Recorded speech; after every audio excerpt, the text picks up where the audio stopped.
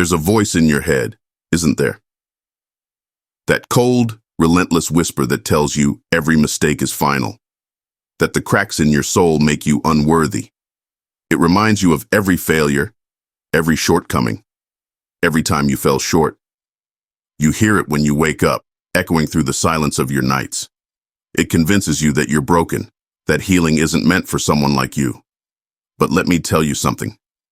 That voice, it's lying. Self-hate is the poison you drink, hoping it will cleanse you. It's the fire you set in your soul, thinking the ashes will make you pure. But that hate won't heal you. It never has, and it never will. If you've ever thought about giving up on yourself because you felt unworthy, this message is for you. Not to pity you, not to comfort you, but to call you out of that darkness. Because the fight to heal is not one of comfort. It's a brutal, ugly war that starts within. And it's time to embrace it. Self-hate doesn't just hurt, it destroys. It strips you of joy, turning moments of light into shadows. It isolates you, pushing you further away from people who care, convincing you they'd be better off without you. It's a parasite, feeding off your insecurities and mistakes. It rewrites your story, framing every chapter as a failure, no matter how hard you tried. It whispers, "You're not good enough," until you believe it. And when you believe it, you stop trying. Why chase happiness when you've convinced yourself you don't deserve it? Why fight for success when you see yourself as doomed to fail? That's the trap of self-hate. It paralyzes you. It keeps you stuck in a cycle of misery, sabotaging every attempt to move forward. But here's the hard truth. No one is coming to save you from it. No one can pull you out of that spiral but you. You have to become your own savior, your own warrior, because healing isn't passive. It's a battle. The moment you decide to fight is the moment things begin to change. But don't mistake that for an easy road. Healing isn't about thinking positive or plastering a fake smile on your face. It's about confronting the darkest parts of yourself head on. It's about owning your pain without letting it define you. Ask yourself, who benefits from your self-hate? Does it help you grow? Does it bring you closer to the life you want? Or does it keep you trapped, feeding the very demons you want to escape? Choosing to fight means saying enough. Enough of the self-sabotage, enough of the excuses, enough of the lies you tell yourself. It's about taking that first shaky step towards self-respect, even when you don't feel like you deserve it. The hardest part of healing is facing the truth. You are both your greatest enemy and your greatest ally. The war isn't against the world. It's against that voice inside you, the one that thrives on your insecurities, your fears, your regrets. To fight back, you have to change the narrative. When that voice tells you you're not good enough, you respond, "Watch me." When it says you'll fail, you say, "Then I'll fail forward." You don't silence the voice, you overpower it. You use its doubt as fuel, its hate as motivation. This isn't about becoming perfect. It's about becoming resilient. It's about standing up every time you fall, refusing to let your mistakes define you.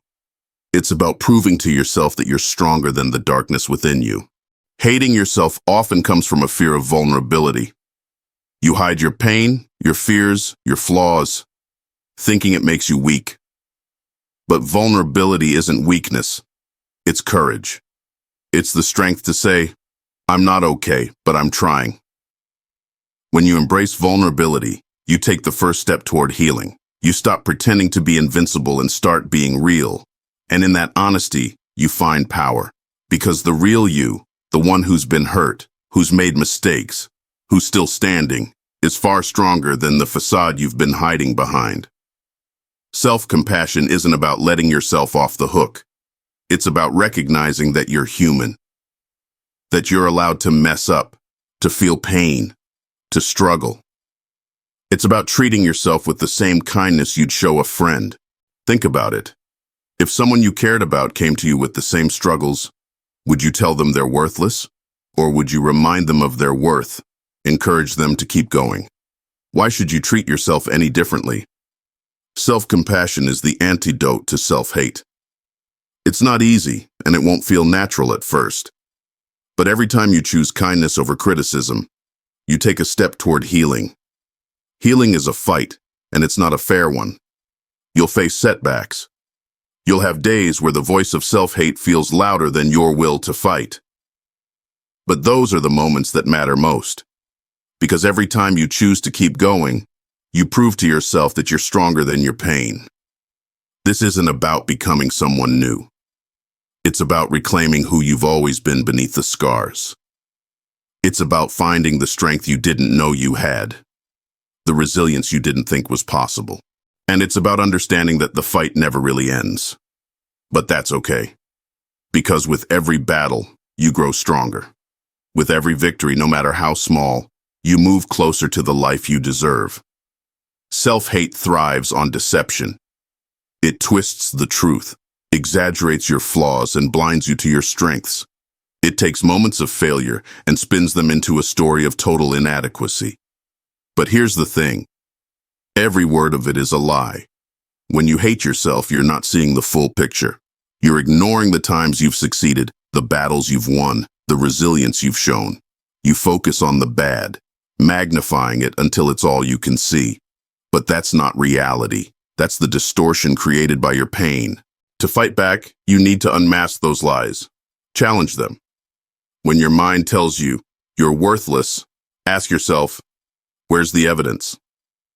When it says you'll never be good enough, remind yourself of the times you've proven otherwise. This isn't about blind positivity. It's about reclaiming the truth that self-hate has stolen from you. Regret is one of self-hate's sharpest weapons. It reminds you of every wrong turn, every missed opportunity, every word you wish you could take back. It chains you to the past, convincing you that you're doomed to repeat your mistakes.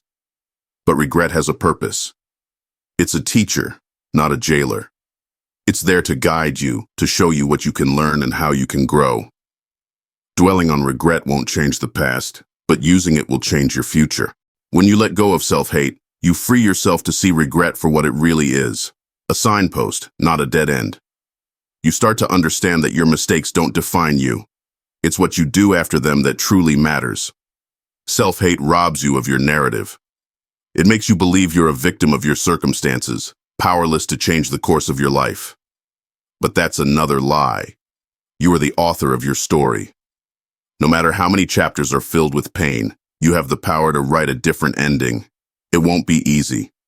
It will take time, effort, and a level of honesty that will challenge you to your core.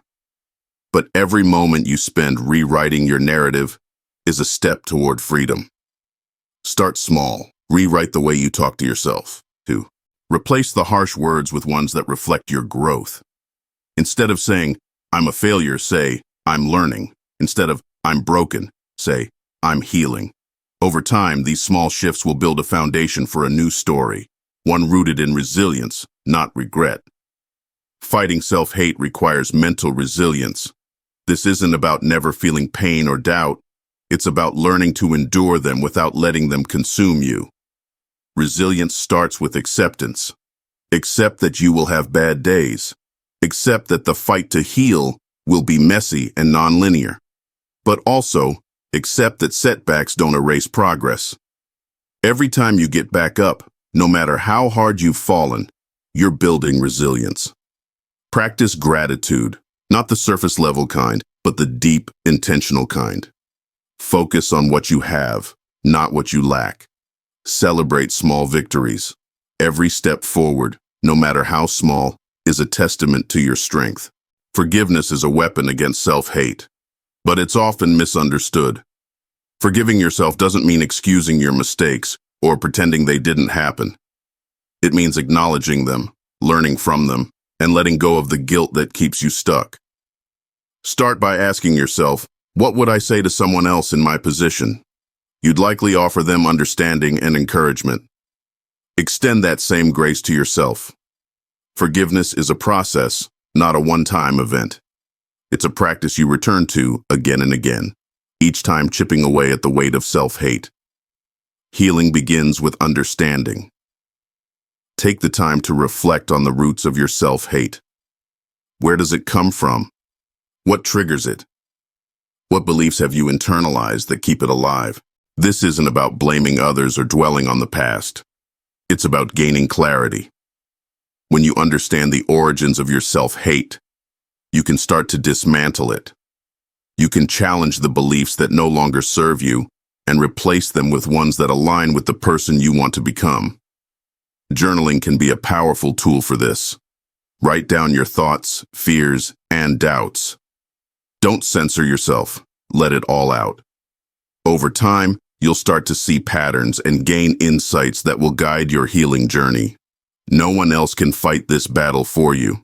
Support from others can help, but the responsibility to heal rests with you. That might feel overwhelming, but it's also empowering, because it means you have control.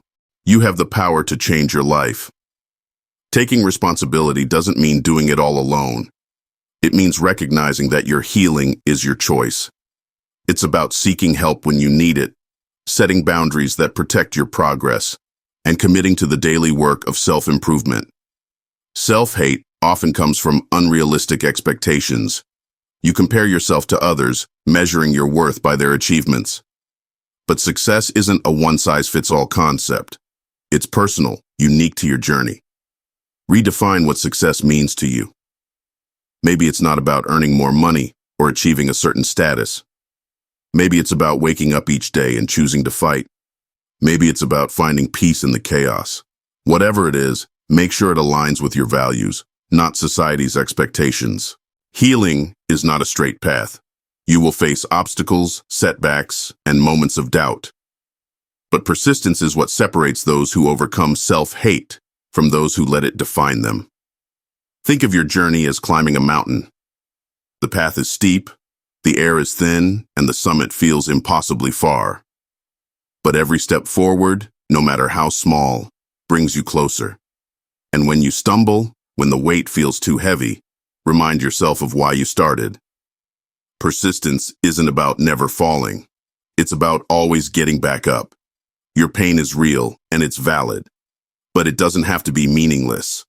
When you channel your pain into purpose, it becomes a source of strength rather than a burden. Ask yourself, what can I do with this pain? How can I use it to grow, to help others, to make a difference? Maybe it's sharing your story to inspire others. Maybe it's creating something beautiful out of your struggles.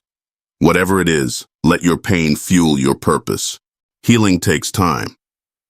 There will be days when progress feels invisible, when you wonder if you're even moving forward. But healing isn't about instant results. It's about consistent effort over time. Be patient with yourself. Celebrate small victories, and don't be discouraged by setbacks.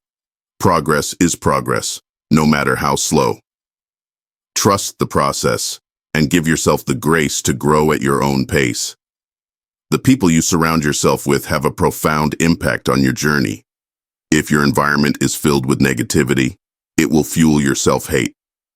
But if you surround yourself with positivity, with people who uplift you, inspire you, and believe in you, it becomes easier to believe in yourself.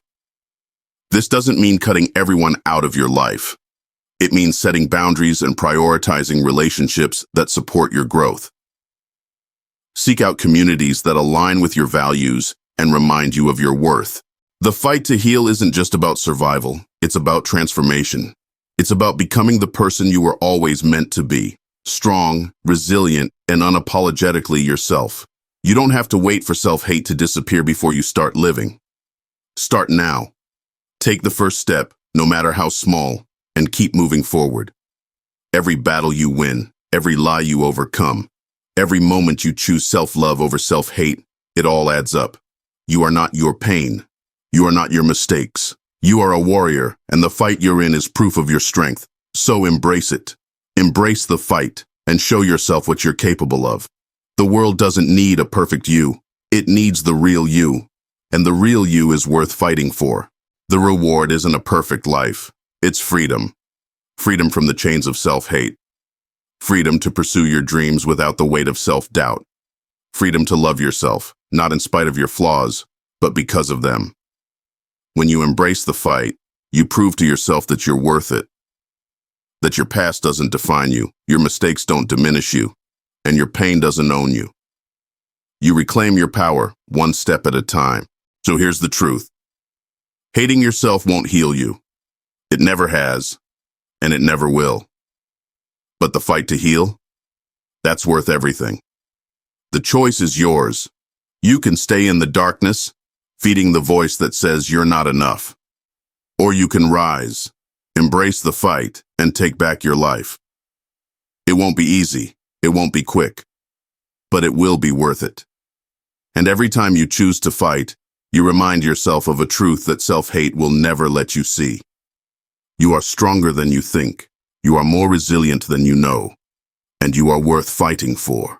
That's all. I'm out. By the way, if you want to level up in life, don't forget to show some love by hitting the like and subscribe button. Until next time.